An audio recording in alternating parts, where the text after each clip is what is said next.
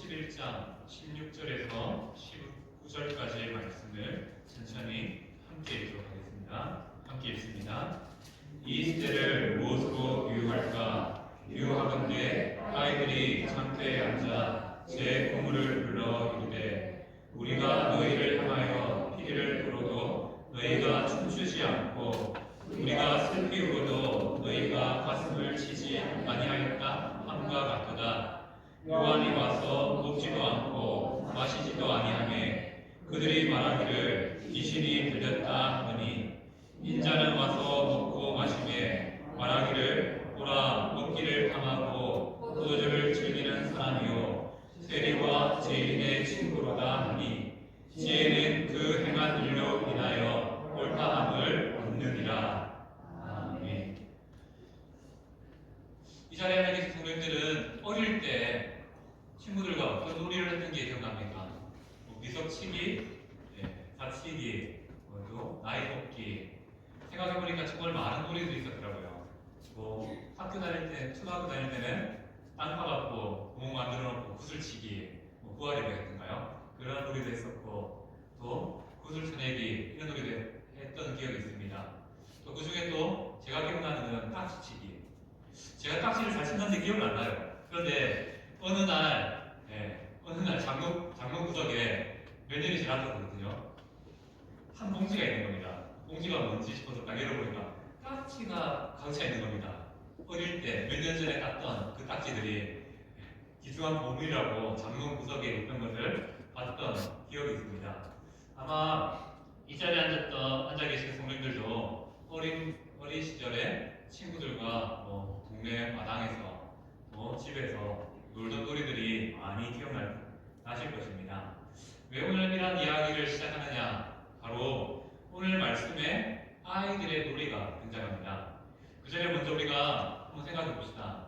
구약 아모스 6장을 보면 이스라엘이 어떠한 상태이냐면 하나님께서 주신 물질적인 번영, 불을 얻었고요. 그리고 하나님 주신 평화 가운데 갑니다. 그런데 문제가 뭐냐면 하나님께서 물질과 평화를 주셨는데 이스라엘 백성들에게 나타나는 모습은 하나님을 조금씩 잊어가는 모습이 등장합니다. 그래서 하나님께서는 아모스 선지자를 통해서 이스라엘을 깨우치고자 그들의 상태를 돌리고자 노력하셨죠. 바로 영적인 무감각, 영적인 마비에 있는 이스라엘 백성이 다시 하나님을 향한 감각이 살아나도록 아모스 선지자를 보내서 말씀을 전달했습니다. 그런데 문제는 뭐죠? 안 듣습니다. 안 들립니다. 자, 우리의 삶도 한번 생각해 봅시다. 우리도 평안 가운데 있고 부족함이 없으면요 의외로 하나님을 향하여서 귀가 닫히는 경우가 많습니다. 마음이 닫히는 경우도 많죠. 내 안에 간절함이 있고 무엇인가 해결되지 않는 문제가 있을 때는 하나님을 어떻게든 부여잡고 살아가지만 만약 내 삶에 불편함이 없는 겁니다. 자녀도 잘 되고 나도 괜찮고 여러 가지 문제들이 하나하나 술술 잘 풀리는 것이 다 계속 반복되다 보면 우리 안에 어떤 마음이 되냐면요 하나님을 향한 마음이 점점 무뎌져 갑니다. 그래서 감각이 마비되는 그런 일들이 일어나게 된다는 것이죠. 오늘 본문의 말씀이 바로 아모스 6장의 이스라엘 상태, 현재 또 예수님 사역 당시에 이스라엘의 상태를 보여주는 비유의 이야기입니다. 자, 아이들이 장터에 모여서 열심히 놀고 있습니다. 무슨 놀이를 할까요? 자, 아이들은 모방놀이라고 하죠. 어른들이 하는 행동들을 따라하면서 모방놀이 합니다. 예를 들면 경찰과 도둑을 보고 경찰과 도둑놀이를 하고요. 집에서 엄마와 자녀들 부부관계를 보고 결혼놀이, 그리고 또 부모와 자식놀이. 학교에서는 선생님과 학생을 보고 선생과 학생놀이. 이런 식으로 모방하면서 노는 것이 당연한 모습이죠. 아마 어릴 때 기억나시죠? 집에 소꿉놀이 한다고 집에 그릇 들고 나와서 하다가 부모한테 혼났던 기억도 있을 것 같고요. 또 여러 가지 음식, 먹지도 못하는 음식인데 만들어서 먹으라고 막 했던 그런 기억들도 있을 겁니다. 이렇게 아이들은 여러 가지를 따라함을 통해서 놀이를 하게 됩니다. 오늘 본문에도 두 가지의 놀이가 등장합니다.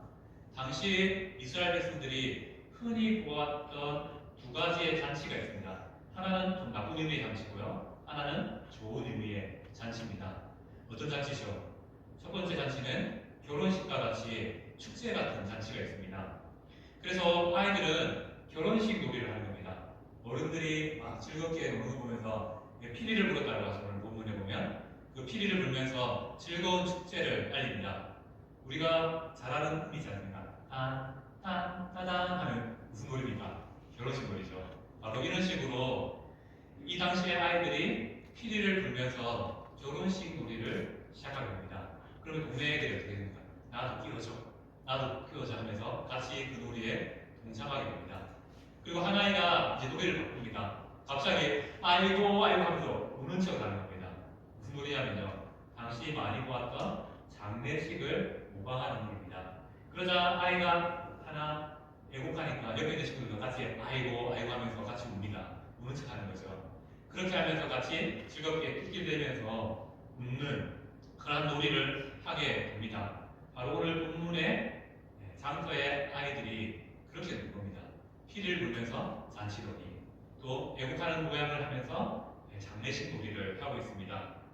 그런데 문제는 무엇입니까? 아이라면요, 이 놀이가 궁금해서 친구들이 같이 하고 있으니까 같이 끼워달라고 하면서 그 놀이에 동참하는 것이 어떻게 아이로서의 합당한 모습입니다. 그런데 놀이를 하고 있는데 불렀는데 아이가 가만히 있는 겁니다. 놀이 하자라고 친구들이 권하는데 듣지 않습니다. 그 아이가 가만히 그 자리에 있는 것입니다.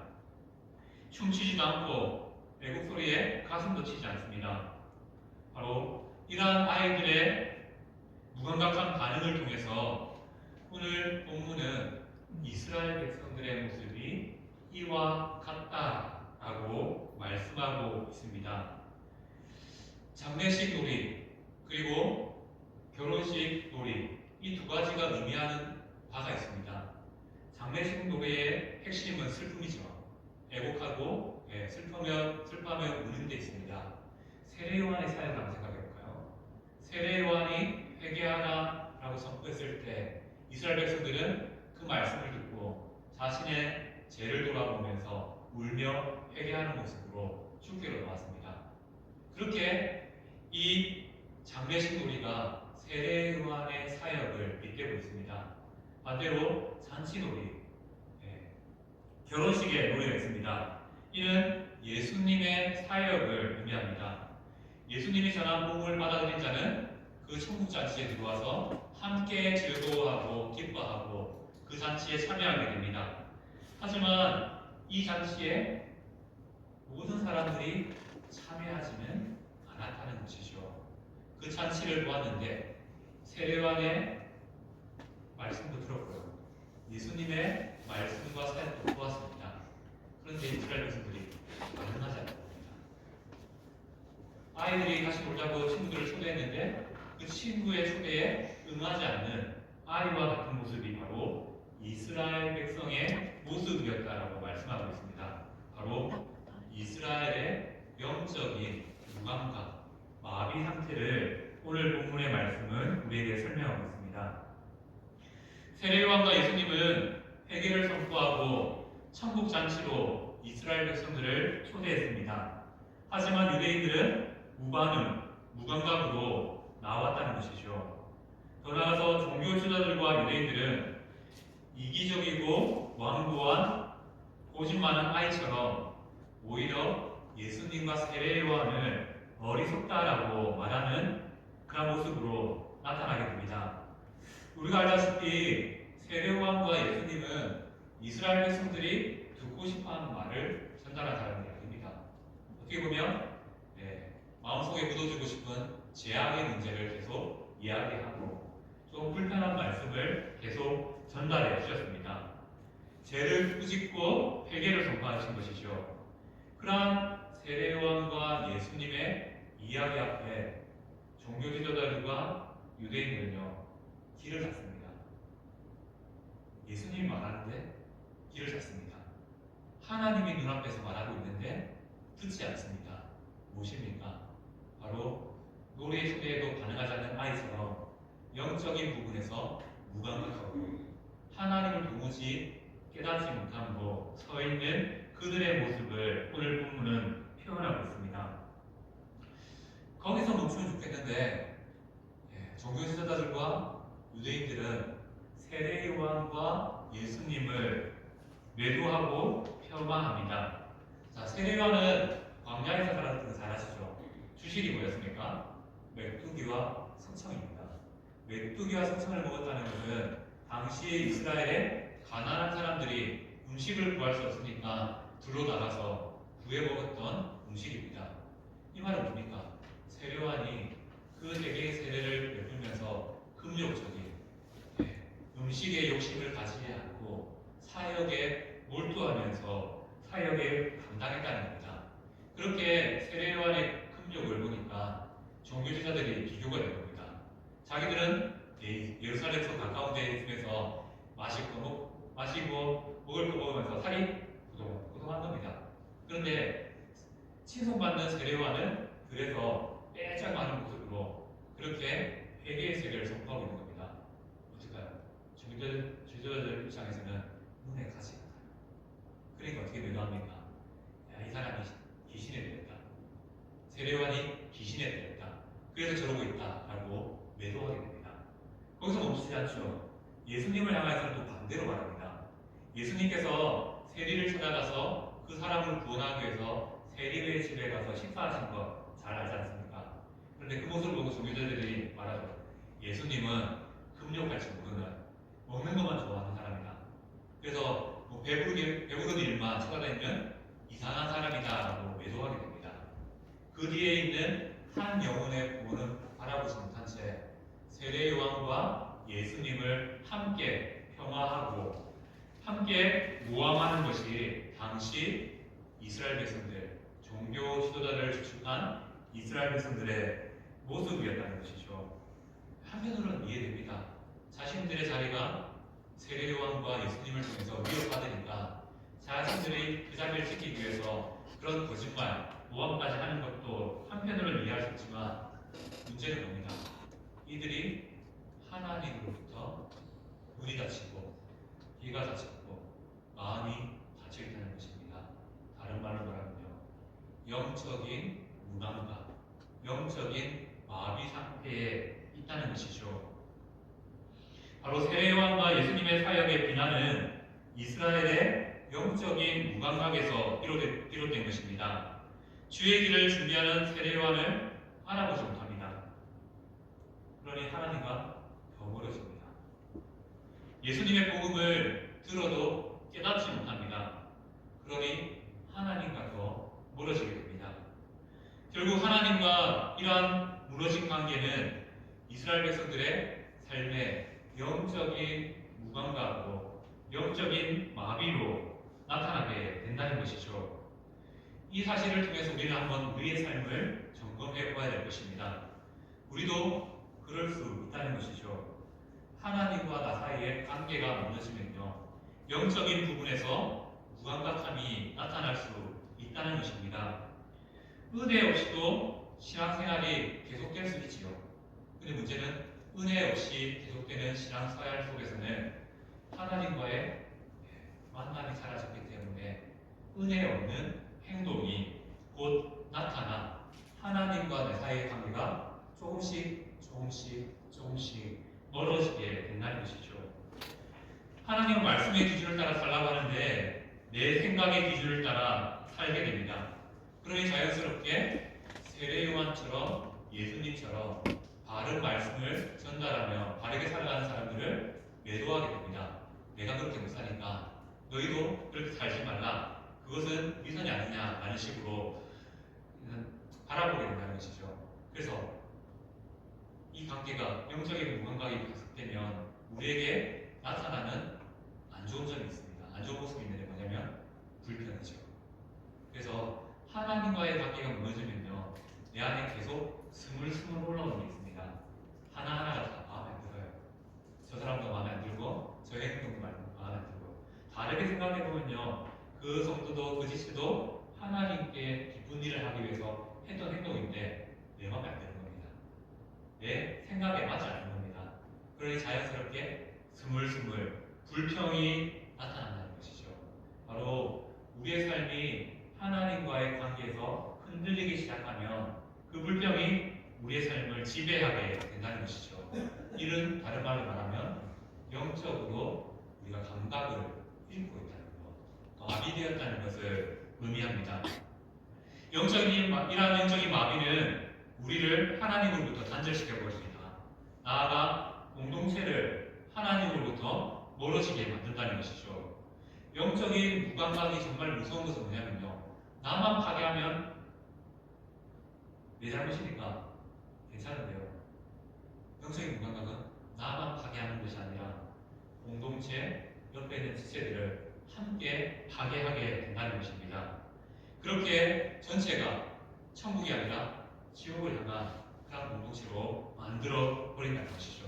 어떻게 되면요, 하나님과의 단절된 영적인 무감각이 우리 가운데 일어나며 그렇다는 것입니다. 하지만 하나님은 우리의 영적인 무감각과 별개로 그럼에도 일하시는 분이시죠. 그럼에도 하나님의 뜻을 이루십니다. 오늘 말씀 17절 말씀 19절 말씀 보면 지혜는 그 행한 일로 인하여 옳다함을 얻는다라고 말씀하고 있습니다. 똑같은 내용을 다루는 누가복음 7장 35절은 지혜는 자기의 모든 자녀로 인하여 옳다함을 얻는다라고 말씀하고 있습니다. 영적인 무감각이 계속되면 자기도 망치고 공동체도 함께 망쳐가게 됩니다. 하지만 반대로요, 영적인 감각이 우리에게 살아있다면 어떻습니까? 하나님의 지혜는 그 행한 일로 인하여 옳다함을 얻게 됩니다. 예수님의 행하시고 세례요한이 행했던 그 일이 누구에게요? 영적인 감각이 깨어있는 자들에게요. 그 말씀을 듣고 회개하여서 하나님께로 나오고요, 예수님의 복음을 듣고 구원의 기쁨 가운데 나오게 됩니다. 그래서 그 결과로 인하여 그 행한 일로 인하여서 예수님과 세례요한의 일이 틀리지 않음을 증명하게 됩니다.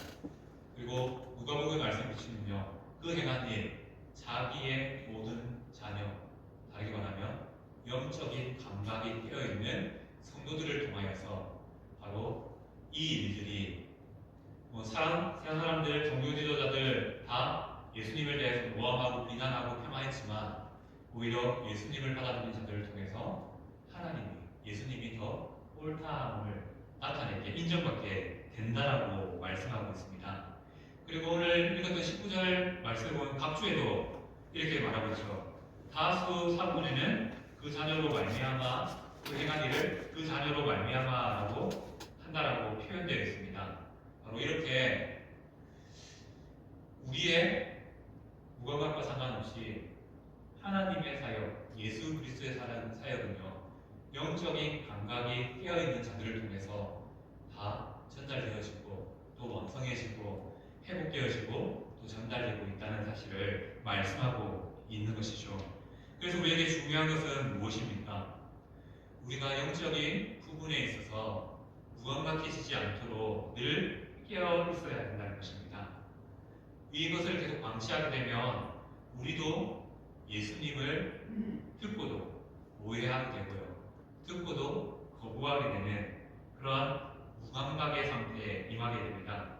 하지만 영적인 감각을 소유한 성도들은 오히려 그 은혜로 인해서 그 믿음을 통하여서 예수님의 행하셨던 일들이, 교회가 행하는 일들이 옳음을 이 땅 가운데 보여줄 수 있다는 것을 말씀하고 있습니다. 그래서 우리는 영적으로 깨어서 우리의 상태를 점검할 뿐만 아니라 혹여나 주위에 영적으로 무감각한 사람들이 있다면 그들의 말에 귀 기울이지 않는 지혜가 필요합니다. 오히려 하나님의 말씀에 우리의 귀와 마음을 집중하는 모습이 필요하다는 것이죠. 그리고 그러한 노력과 그러한 모습들은 우리의 삶을 통하여서 하나님의 말씀이 진리임을 증명되게 하신다고 말씀하고 있습니다. 예수님이 드러나게 하신다는 것이죠. 우리의 수고가 헛되지 않고 누군가에게 그리스도를 보여주게 된다라고 말씀하고 있습니다. 결국 성도의 삶은요, 무엇입니까? 우리가 믿는 이 말씀이 옳음을 보여주는 삶이어야 합니다. 영적인 무감각은 우리가 전하는 이 복음이 거짓이다라는 것을 보여줄 수 있습니다. 왜냐하면 말과 행동이 다르잖아요. 영적으로 무감각해지면요, 말씀은 말씀이고 내 삶은 내 삶이 되어서 내가 옳은 대로 행하면서 그것이 말씀인 양 생각하게 됩니다. 하지만 반대로 영적인 감각이 깨어있으면 그 말씀을 가슴에 품고 살아가게 됩니다. 그렇기 때문에 그 행위가 바로 예수님을 드러내는, 또 말씀을 진리로 옳게 만드는 그런 행위가 된다라고 말씀하고 있습니다. 자, 오늘 말씀을 정리하면서 한번 생각해 봅시다. 이스라엘 백성들 답답하지 않습니까? 세례 요한의 회개의 그 선포를 웬만한 사람은 다 들었습니다. 그래서 많은 사람들이 광야로 세례 요한을 만나러 갔고요. 실제로 회개의 세례를 받게 되었습니다. 그 정도면 이제 이스라엘 백성들이 깨어서 다 이제 하나님 오실 예수님을 예비한 삶을 살아야 되는데 웬걸요? 예수님이 등장했습니다. 예수님의 수많은 기적과 말씀들과 또 구약의 말씀들을 가르치셨죠. 그런데 문제는 뭡니까? 들었는데 반응하지 않습니다. 물론 몇 사람은 반응하겠죠. 하지만 다수는 여전히 영적인 무감각을 통해서 하나님을 눈앞에 두고도 하나님을 알아보지 못하는 그러한 영적인 마비 상태에 임한 것을 보게 됩니다. 다만 이스라엘 백성들의 만의 이야기일까요? 우리도 자칫하면요, 교회에 있지만 이 자리에 앉아 있지만 말씀이 들리지 않고요, 기도가 되지 않아서 영적으로는 마비된 상태가 나타날 수 있다는 겁니다. 그래서 우리는 어떻게 해야 됩니까? 이 감각을 깨우기 위해서 매일매일 은혜를 구해야 되고요, 또 말씀에 귀 기울여서 내가 그 말씀을 옳게 하는 삶을 사는, 그 말씀이 맞다는 것을 보여주는 삶으로 헌신하며 결단하며 나아가는 삶이 필요합니다. 그 시작은 무엇일까요? 나와 하나님과의 관계를 다시 시작하는 겁니다. 벌써 4일이라는 시간이 지났죠. 4일이라는 시간이 지나면 어떤 일이 일어납니까? 작심삼일이라는 말이 있듯이 새해에 되는 것들이 조금 이제 흐지부지 좀 될 시점입니다. 그 시점에 우리가 다시 할 수 있는 건 뭡니까? 다시 작심삼일이 되더라도 다시 시작해보는 겁니다. 우리가 하나님과의 관계를 통해서 우리의 무감각을 깨우치기 위해서 다시 한 번 더 꾸란의 말씀의 자리를 결단하시기 바랍니다. 그리고 기도의 자리를 결단하시기 바랍니다. 그 자리를 통해서 우리의 감각을 깨어서 오신 예수님을 우리가 진리로 보여주는 그런 삶이 우리의 삶이 되기를 축복합니다. 아멘.